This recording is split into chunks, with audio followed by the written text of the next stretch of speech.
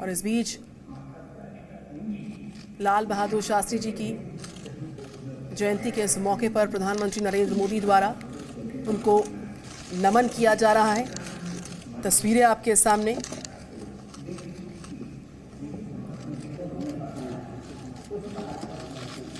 इससे पहले भी सुबह प्रधानमंत्री नरेंद्र मोदी राजघाट पहुंचे थे।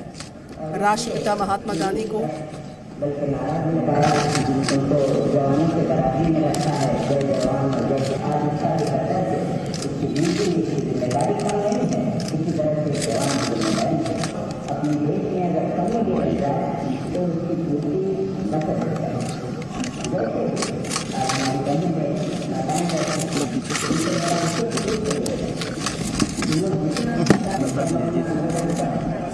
सर बच्चों के उस तरफ चले जाइए।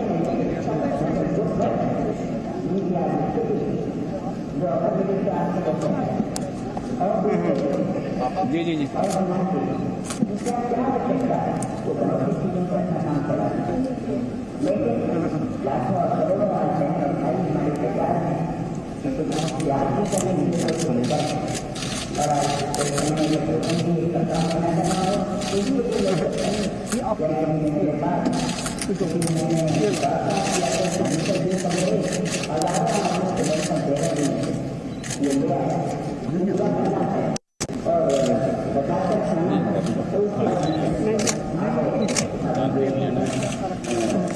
थोड़ा साइड में आ जाओ। तस्वीरें आपके सामने हैं संसद भवन से, जहां पर आप देख सकते हैं पूर्व प्रधानमंत्री देश के लाल बहादुर शास्त्री जी को उनकी जयंती पर शत शत नमन किया जा रहा है।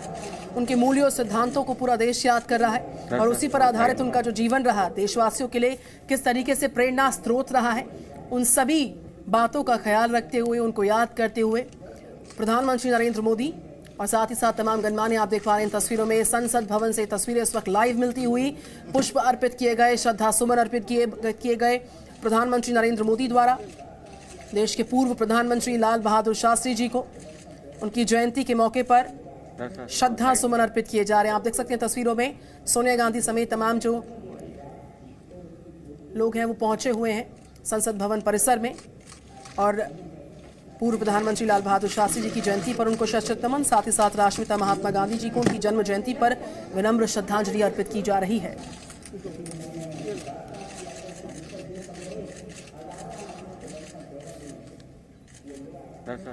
और अब बात करेंगे प्रधानमंत्री नरेंद्र मोदी की जो स्ट्राइक, चाहे बेईमानी की बात करें, कृषि कानूनों पर पीएम मोदी ने एक ओपन इंटरव्यू एक मैगजीन को दिया। किन बड़ी बातों का जिक्र किया पीएम मोदी ने, विपक्ष पर हमला साधते हुए, उस पर होगी बात।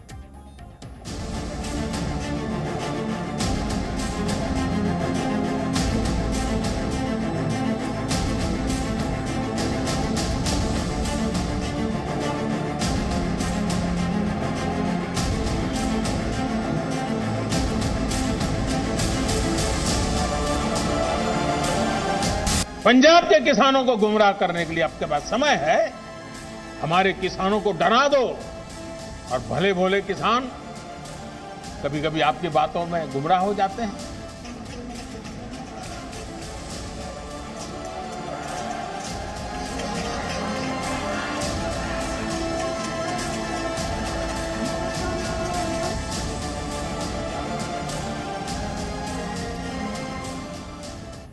तो कृषि कानून समेत तमाम बड़े मुद्दों पर पीएम मोदी का प्रहार। कृषि कानूनों का विरोध करने वालों पर पीएम मोदी ने सीधा हमला बोला है। पीएम ने साफ कहा कि किसान हितैषी सुधारों का विरोध करने वालों पर नजर डालें तो बौद्धिक बेईमानी और राजनीतिक धोखेबाजी का असली मतलब समझ में आ जाएगा आपको। पीएम मोदी ने साफ कहा कि कई पॉलिटिकल पार्टीज चुनाव से पहले बड़े बड़े वादे करती हैं, उसे घोषणा पत्र में शामिल करती है, लेकिन जब वायदे पूरा करने का वक्त आता है तो यही वो पॉलिटिकल पार्टीज हैं जो सीधे यू टर्न लेकर वापस आती हैं और अपने किए हुए वायदों को लेकर हर तरह की मनगढ़ंत और झूठी बातों को फैलाती हैं। पीएम ने कहा कि कांग्रेस गोत्र के एक व्यक्ति के नेतृत्व में अब तक सरकारें बनी हैं। विपक्ष पर प्रहार करते हुए पीएम मोदी ने साफ कहा कि पार्टियां जनशक्ति नहीं राजशक्ति चाहती हैं। प्रधानमंत्री ने एक्सक्लूसिव इंटरव्यू दिया एक ओपन मैगजीन को, जिसमें जिन बड़ी बातों का जिक्र किया गया प्रधानमंत्री द्वारा, उसमें परिवारवाद से लेकर गोत्रवाद की बात करें, सत्ता मोह वंशवाद, इन सब पर खुलकर पीएम मोदी ने अपना रुख साफ किया है।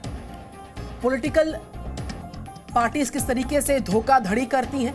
जीएसटी की बात की पीएम मोदी ने, कृषि कानूनों की बात की और यहां तक कि सेना को हथियार जैसे गंभीर मामलों पर अगर हम बात करें विपक्षी पार्टियों की, उनकी राजनीतिक धोखाधड़ी खुलकर सामने आती है।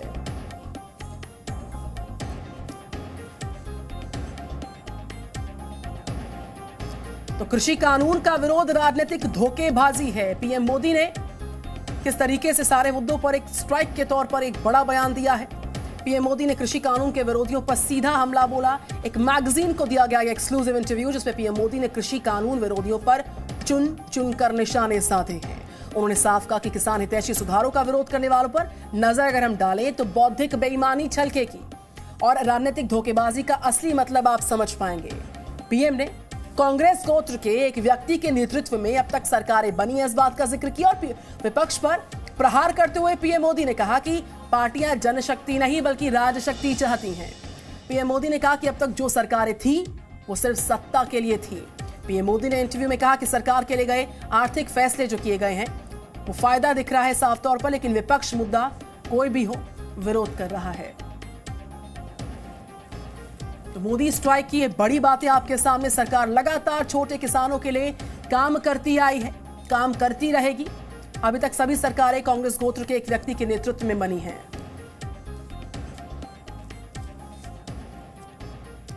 तो ये मौका दरअसल था एक मैगजीन को दिए गए एक्सक्लूसिव इंटरव्यू का। पीएम मोदी ने किन किन बड़ी बातों पर विरोधियों पर निशाना साधा और सीधा प्रहार किया। प्रधानमंत्री नरेंद्र मोदी ने कृषि कानून विरोधियों पर चुन चुन कर निशाने साधे हैं। किसान हितैषी सुधारों का विरोध करने वालों पर नजर डालें तो बौद्धिक बेईमानी उसमें नजर आएगी और राजनीतिक धोखेबाजी का असली मतलब आप समझ पाएंगे। पीएम ने कहा कि कांग्रेस गोत्र में एक व्यक्ति के नेतृत्व में अब तक सरकारें बनी हैं। विपक्ष पर प्रहार किया और पीएम मोदी ने कहा कि पार्टियां जनशक्ति नहीं चाहती, राजशक्ति चाहती हैं। पीएम मोदी ने कहा कि अब तक जो सरकारें थीं वो सिर्फ सत्ता के लिए थीं। पीएम मोदी ने जो इंटरव्यू दिया उसमें कहा कि सरकार के लिए गए तमाम जो आर्थिक फैसले हैं उससे फायदा नजर आ रहा है, लेकिन विपक्ष कोई ना कोई मुद्दा विरोध के नाम पर ढूंढ ही लेती है।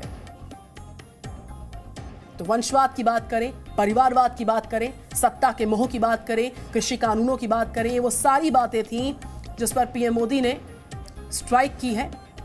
और रविंद्र कुमार हमारे साथ है। रविंद्र, एक ओपन मैगजीन को ये एक्सक्लूसिव इंटरव्यू था पीएम मोदी का जिसमें सत्ता मोह से लेकर वंशवाद, परिवारवाद और जो फार्म लॉज हैं, फार्म रिफॉर्म्स के नाम पर जो विपक्षी सियासत जारी है, विपक्ष की सियासी धोखेबाजी जारी है, उन सब पर खुलकर प्रहार किया पीएम मोदी ने इस एक्सक्लूसिव इंटरव्यू में।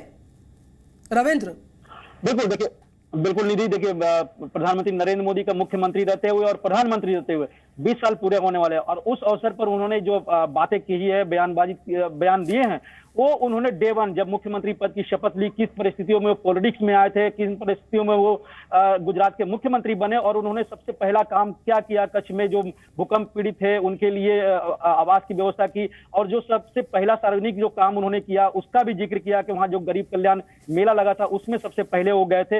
यानी प्रधानमंत्री का ये साफ तौर पर पूरे बयान आप देखिए पूरे इंटरव्यू में, तो ये था कि उनकी सारी पॉलिसी, उनकी सारी राजनीति, उनकी सारी नीति ये प्रो पुअर होता है और प्रो कंट्री होता है। उन्होंने विपक्ष खासकर कांग्रेस पर और एक तरह से संकेतों में राहुल गांधी पर आरोप लगाया पिछले 7 साल में जब प्रधानमंत्री हैं उसको लेकर। उन्होंने नोटबंदी की बात कही है जिसका विरोध पूरा विपक्ष कर रहा था। कांग्रेस के अध्यक्ष राहुल गांधी उस समय थे जो कांग्रेस के नेता, उन्होंने किया था। इसी तरह जीएसटी का विरोध किया गया था, यहाँ तक कि स्टार्टअप जो शुरू हो रहा था या फिर दूसरी जो नीतियां हैं उन सब का विपक्ष विरोध कर रहा था। और यहाँ प्रधानमंत्री ने भी कहा कि हम मैनिफेस्टो में जो बातें कहते हैं उसका पालन करते हैं। संकेतों में था 370 हो या फिर राम मंदिर की बात हो, हालांकि वो कोर्ट से फैसला हुआ है, या फिर जो भी उन्होंने जो मैनिफेस्टो में रहा है उसका पालन करते रहे। लेकिन विपक्ष खासकर कांग्रेस की बात कही कि मैनिफेस्टो में उन्होंने कृषि बिल की बात कही थी, इसी तरह के बिल की उन्होंने बात कही थी, उनके मुख्यमंत्रियों ने इस तरह की सिफारिश की थी, बातें कही थी। कांग्रेस के 2019 में जो मैनिफेस्टो था उसमें इसी तरह के बिल लाने की बात कही गई थी,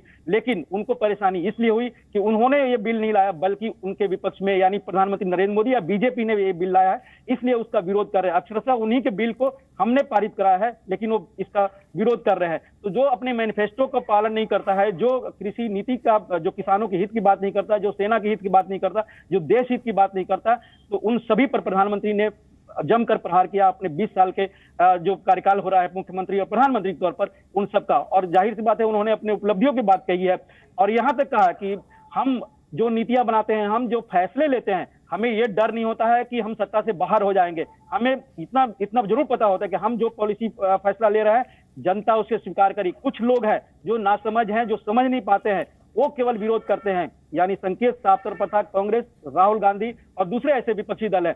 और यहां तक कहा कि लोग पहले सत्ता में रहते थे, अपने सभी मैनिफेस्टो भूल जाते थे, अपनी सारी नीतियां भूल जाते थे, उनकी केवल एक ही काम होता था किसी तरह से सत्ता बरकरार रखना। लेकिन वो कड़े फैसले लेते हैं। उन्होंने उदाहरण भी दिया, जीएसटी का फैसला लिया, नोटबंदी का फैसला लिया, तरह तरह की आर्मी द्वारा या फिर एयरफोर्स द्वारा जो फैसले लिए गए उन सब का जिक्र किया। इसलिए उन्होंने कहा कि सबका साथ, सबका विकास, सबका विश्वास और सबका प्रयास।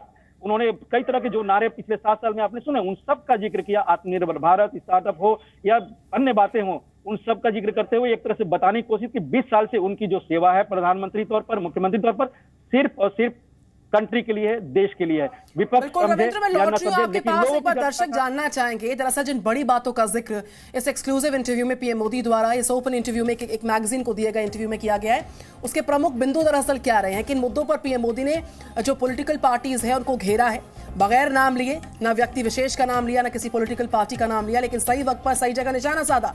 कृषि कानून का मुद्दा जिस पर सियासत चमकाने की लगातार कोशिश विपक्षी दल करते आ रहे हैं, उन पर सीधा हमला बोला। पहले मांग अब विरोध, ये तो बौद्धिक बेईमानी को दर्शाता है। वक्त आने पर वादा और पूरा करने के वक्त पर यू टर्न लेना, ये इन पॉलिटिकल पार्टीज की फितरत में शामिल हो गया है। प्रधानमंत्री ने विपक्षी पार्टियों की जो राजनीतिक धोखाधड़ी है उसका खुलकर जिक्र किया और उसी पर प्रहार भी किया है। बहानों को बनाकर विरोध करना कितना सही है, यह सवाल भी वाजिब रहा। और साथ ही साथ पीएम मोदी ने जो बड़े बड़े मुद्दे हैं जिस पर विपक्षी दलों की जो सियासी धोखेबाजी है उस पर किस तरीके से हमला बोला है। जो फैसलों से जनता को फायदा होता है, विपक्ष को उन फैसलों से दरअसल कोई भी किसी भी तरह का लेना देना नहीं है। हमारे साथ रविंद्र लगातार है। रविंद्र, प्रधानमंत्री नरेंद्र मोदी के अब तक के जितने भी साक्षात्कार हो, मंचों से पीएम मोदी के संबोधन रहे हो, प्रधानमंत्री हर बार की तरह इस बार भी किसी व्यक्ति विशेष का, पार्टी विशेष के नाम का जिक्र नहीं करते, लेकिन सही जगह पर, सही मौके पर, सही तरीके से वार किया गया। उसमें सारे एजेंटों को शामिल करते हुए पीएम मोदी की एक बड़ी स्ट्राइक हम कह सकते हैं इस इंटरव्यू में विपक्षियों पर नजर आती हुई। निधि, एक इसी बात का मैं जवाब दे दूं कि एक वाकया है जब प्रधानमंत्री से सीधे तौर पर हमारी मुलाकात हो रही थी और जब उस समय राफेल का चल रहा था या फिर पाकिस्तान या चीन की बातें हो रही थी, तो उन्होंने बड़ा दुख से और नाराजगी भरे बातें कही थी कि उन्होंने कहा था कि विपक्ष ऐसा विपक्ष होता है, ऐसे लोग होते हैं जो देश के बारे में नहीं सोचते हैं, देश के विरोध में चले जाते हैं। आप मोदी का विरोध करो, लेकिन मोदी के विरोध के नाम पर अब देश का विरोध तो नहीं करे। उन्होंने सीधे तौर पर हमें कहा था ये बातें, और ये हालांकि वो ऐसा नहीं कि पहली बार मुझे कहा था, ये बातें वो सार्वजनिक तौर पर भी करते रहे कि मोदी का विरोध करिए, सियासत में विरोधी होना जरूरी है, विपक्ष का भी होना जरूरी है, लेकिन आप हमारे विरोध में देश का विरोध नहीं करिए। और जाहिर सी बात है जितने बातें उन्होंने कही है पिछले 7 साल में, संसद के अंदर में हो या संसद के बाहर, किसी व्यक्ति का वो नाम नहीं लेते, लेकिन संकेत सीधे तौर पर होता है कांग्रेस, राहुल गांधी। क्योंकि बीजेपी या प्रधानमंत्री नरेंद्र मोदी का ही मानना है कि 70 सालों में अधिकतर समय तो कांग्रेस के नेता ही रहे, शासन कर रहे हैं, उन्हीं के प्रधानमंत्री रहे हैं। तो इसलिए देश का अगर इतना तरक्की नहीं हुआ है, विकास नहीं हुआ है, चाहे इंटरनल फ्रंट पर हो या एक्सटर्नल फ्रंट पर, तो इसके लिए कांग्रेस जिम्मेवार है। और आज का जो नेतृत्व है वो उनका दिवालियापन ही अगर कहीं ना कहीं दिखता है। जिसने राफेल का विरोध किया हो, अगर राफेल होता, प्रधानमंत्री का यह भी कहना था और सार्वजनिक तौर पर उन्होंने कहा था कि राफेल होता तो बालाकोट में हमें इतनी मुश्किलें नहीं आती, मिराज से हमको नहीं करना पड़ता, बल्कि राफेल से हमें अपने कंट्री के अंदर ही, सीमा के अंदर ही रहकर दुश्मनों पर स्ट्राइक करने की सहूलियत होती। उसका वो लोग विरोध कर रहे थे। सेना के जितने जो शौर्य हुए उसका विरोध कर रहे थे। तो प्रधानमंत्री संकेतों में बात करते हैं, लेकिन कांग्रेस और राहुल गांधी के ऊपर सीधे तौर पर ही निशाना होता है। चाहे कृषि बिल हो, सेना हो या गरीब कल्याण योजना हो, सबका जो विरोध किया जाता है विपक्ष द्वारा, कांग्रेस द्वारा, उनका कहीं ना कहीं प्रधानमंत्री ने आज जमकर उन पर हमला करके ये जताने की कोशिश। जानकारी तमाम साझा करने के लिए प्रधानमंत्री नरेंद्र मोदी ने एक ओपन मैगजीन को एक्सक्लूसिव इंटरव्यू दिया। जिन बड़ी बातों पर मोदी स्ट्राइक नजर आई, उन मुद्दों पर हम कर रहे थे बात। Presenting B News app available on Google Play and App Store. Download it now.